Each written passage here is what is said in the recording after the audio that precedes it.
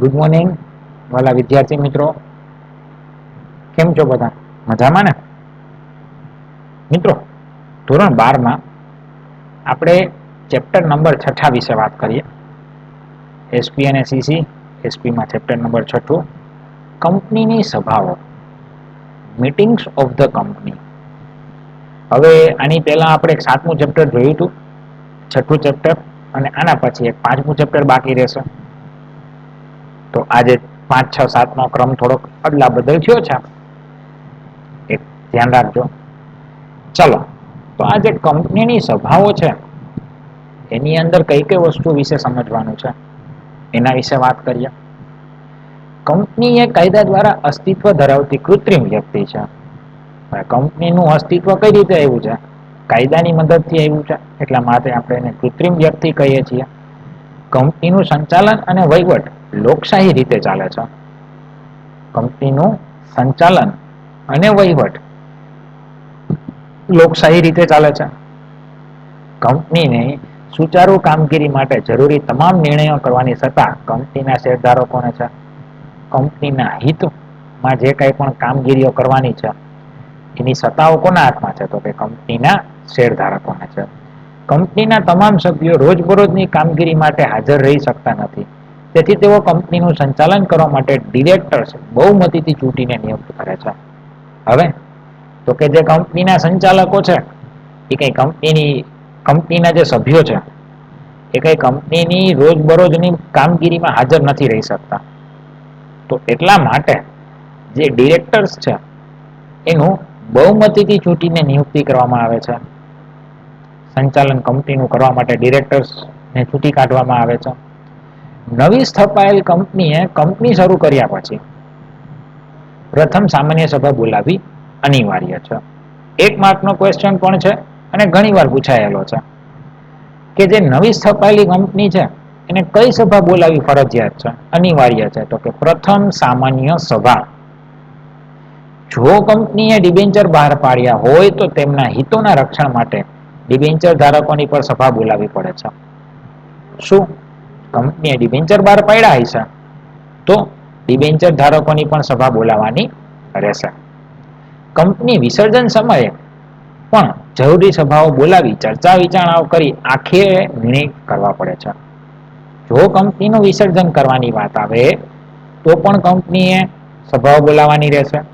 ચર્ચા વિચારણાઓને અંતે નિર્ણયો લેવાના રહેશે. આમ કંપનીની સ્થાપના થયા પછી રોજબરોજની કામગીરી, વાર્ષિક કામગીરી, વ્યૂહાત્મક નિર્ણયો વગેરેમાં કંપનીની વિવિધ સભાઓની કામગીરી ખૂબ જ મહત્વ ધરાવે છે. તો જુદી જુદી પ્રકારની જે કંપનીની સભાઓ છે એના વિશે વાત કરી છે. અને અહીંયા તમે જોઈ જ શકો છો કે કંપનીની સભાના પ્રકારો જેમ છે શેર હોલ્ડર્સની, ડિરેક્ટર્સની, ખાસ સભા, સભાની નોટિસ. તો કે અહીંયા તમારે જે મીટિંગ્સ છે, સભાઓ છે, એના વિશે વાત કરવાનું છે. શું કઈ છે અર્થમાં?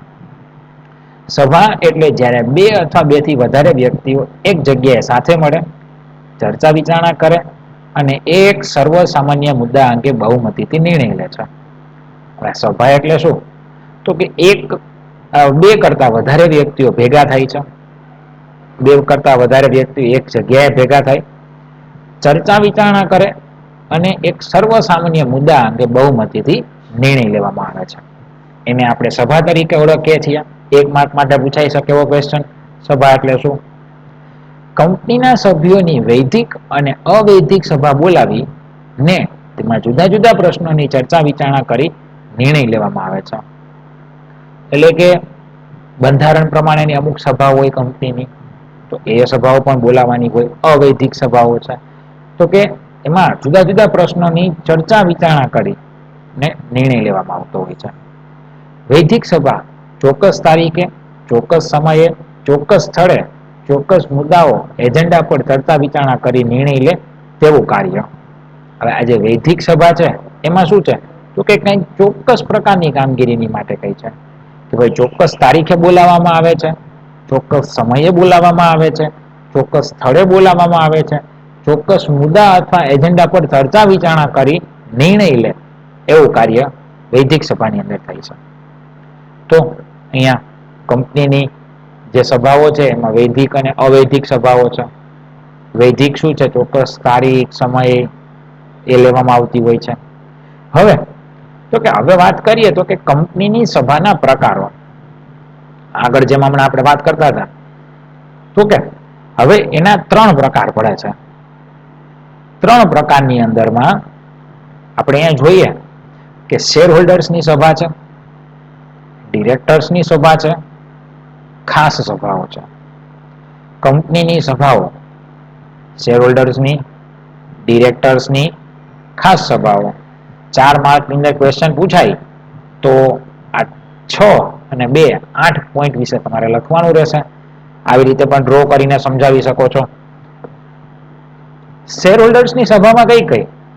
પ્રથમ વાર્ષિક સામાન્ય સભા, વાર્ષિક સામાન્ય સભા, અસાધારણ સામાન્ય સભા, ડિરેક્ટર્સની, સંચાલક મંડળની સભા અને સમિતિ સભા. ખાસ સભાઓ કઈ? વર્ગ સભા હોય, લેણદારોની સભા હોય, કંપની વિસર્જન સમયની સભાઓ. તો જુદી જુદી સભાઓ વિશેની વાત કરી. હવે જે શેર હોલ્ડર્સની સભા છે શું કહે છે? કંપનીના શેર હોલ્ડર એ કંપનીના ખરા માલિકો છે. તેથી તેમની સભાઓ મહત્વની છે. કંપની ધારા 2013 માં તે અંગેની વિવિધ જોગવાઈઓ કરવામાં આવેલી છે. શેર હોલ્ડર ની નીચે પ્રમાણે સભાઓ થાય છે. હવે તો કે કંપનીના જે શેર હોલ્ડર છે એ શું છે? કંપનીના ખરા માલિકો છે. એટલે તેઓની સભાઓ ભરાવી તો મહત્વની છે. અને જે 2013 નો કંપની ધારો છે એ અંગે કંઈક તે અંગેની વિવિધ જોગવાઈઓ છે જેના વિશે આપણે વાત કરીએ. તો કે પેલું છે પ્રથમ વાર્ષિક સામાન્ય સભા. હવે first annual general meeting, FAGM. યાદ રાખજો, FAGM first annual general meeting. Share દ્વારા મર્યાદિત જાહેર કંપનીએ ધંધાનું નોંધણી પત્ર મળ્યા પછી આ સભા બોલાવી પડે છે. સભા કોને બોલાવવાની છે? તો કે શેર દ્વારા મર્યાદિત હોય જાહેર કંપનીએ ધંધાનું પ્રમાણપત્ર મળ્યા પછી સભા બોલાવવાની છે. કંપનીએ આ સભા પ્રથમ નાણાકીય વર્ષના અંતથી 9 માસના સમયગાળા દરમિયાન યોજવી જોઈએ. તો કે આ સભા બોલાવવાની ક્યારે? તો કે જે પ્રથમ નાણાકીય વર્ષ તમારું પૂરું થાય છે એના 9 માસના સમયગાળામાં બોલાવવાની રહેશે. પ્રથમ વાર્ષિક સભા ન યોજવા બદલ જવાબદાર અધિકારી શિક્ષાપાત્ર બને છે. હવે આગળ જેમ વાત થઈ હતી ને કે પ્રથમ વાર્ષિક સભા અનિવાર્ય છે અને જો આ સભા યોજવામાં નહીં આવે તો એના માટે જે કોઈ પણ અધિકારી છે એ શિક્ષાપાત્ર બને છે. એટલે પ્રથમ વાર્ષિક સામાન્ય સભા કંપનીની શરૂઆત થાય છે એનું પ્રથમ જે નાણાકીય વર્ષ છે ના અંતથી 9 માસના સમયગાળા દરમિયાન યોજાવી જોઈએ.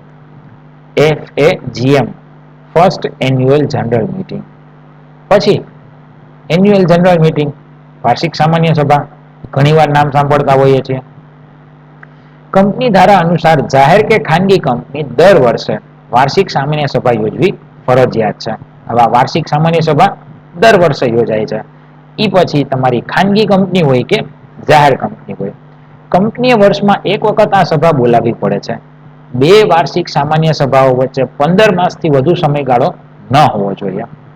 હવે આમ તો દર વર્ષે બોલાવવાની છે અને 2 વાર્ષિક સામાન્ય સભાઓ વચ્ચે 15 માસથી વધુનો સમયગાળો ન હોવો જોઈએ. એટલે કે પહેલી સભા બોલાવી ઈ અને બીજી બોલાવો છો, આ બંનેની વચ્ચે 15 મહિનાથી વધારેનો ટાઈમ હોવો જોઈએ નહીં.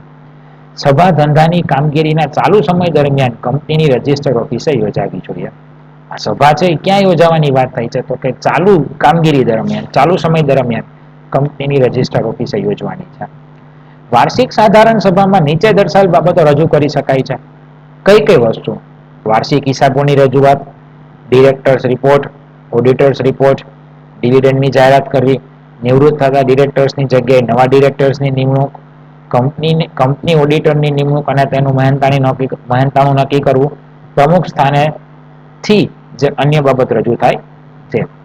તો કે જુદા જુદા પ્રકારની માહિતી છે, બધા હિસાબો રજૂ કરવાના છે, ડિવિડન્ડની જાહેરાત કરવાની હોય, જો કોઈ ડિરેક્ટર નિવૃત્ત થાય છે એની જગ્યાએ કોઈ નવા ડિરેક્ટર આવતા હોય તો એ વસ્તુ, કંપની ઓડિટરની નિમણૂક કરવી, એનું મહેનતાણું નક્કી કરવું અને પ્રમુખ સ્થાનેથી જે અન્ય કોઈ બાબતો આવતી હોય.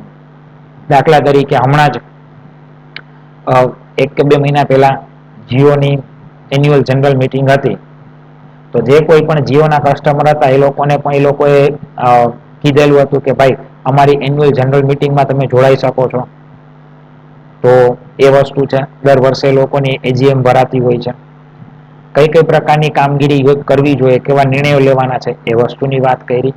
હવે તો કે અસાધારણ સામાન્ય સભા, એક્સ્ટ્રા ઓર્ડિનરી જનરલ મીટિંગ, એને EGM તરીકે ઓળખવામાં આવે છે. કંપની ધારા 2013 માં આ અંગેની જોગવાઈ કરવામાં આવેલી છે. કંપની સંચાલક મંડળ નીચેના સંજોગોમાં આવી સભા બોલાવી શકે છે. 2013 ની જે જોગવાઈ પ્રમાણે આ પ્રકારની સભાઓ ભરાવી જોઈએ. શેર મૂડી ધરાવતી કંપનીમાં શેર મૂડીના 1 કરતા ઓછા નહીં તેટલા સભ્યોએ માંગણી કરી હોય. હવે અસાધારણ સામાન્ય સભા છે, કયા સંજોગોમાં બોલાવાની હોય? તો કે જે શેર મૂડી જે ધરાવતી કંપની છે, એમાં શેર મૂડીના 1 એટલે કે 10 માંથી જો કોઈ એક વ્યક્તિ માંગણી કરશે તો એને અસાધારણ સામાન્ય સભા ભરવી પડશે. શેર મૂડી ન ધરાવતી કંપનીમાં તમામ સભ્યોના કુલ મતાધિકારના 1 કરતા ઓછા નહીં તેટલા સભ્યોએ માંગણી કરી હોય. એટલે કે શેર મૂડી ન હોય અને કંપનીના તમામ સભ્યો છે, એના જે કુલ મત હોય એમાંના 1% લોકો પણ જો રજૂઆત કરશે તો અસાધારણ સામાન્ય સભા બોલાવી પડે છે. તો અહીંયા આપણે જે કંપનીની વાત કરતા હતા, એટલે કે જે આપણને કીધું કે શેર હોલ્ડર્સની જે સભા, આ શેર હોલ્ડર્સની સભાની અંદર આપણે 3 વસ્તુ વિશે વાત કરી. FAGM, first annual general meeting; AGM, annual general meeting; EGM, extra ordinary general meeting. બરાબર છે મિત્રો? તો આપણે આ સભા વિશે સમજ્યા, કયા કયા પ્રકારો છે એની વાત કરી, અને જે શેર હોલ્ડર્સની સભાઓ છે એના વિશેની વાત કરી. હવે નેક્સ્ટ વિડીયોની અંદર જે ડિરેક્ટર્સની સભા છે એના વિશે આપણે વાત કરશું. ઓકે મિત્રો, ચાલો.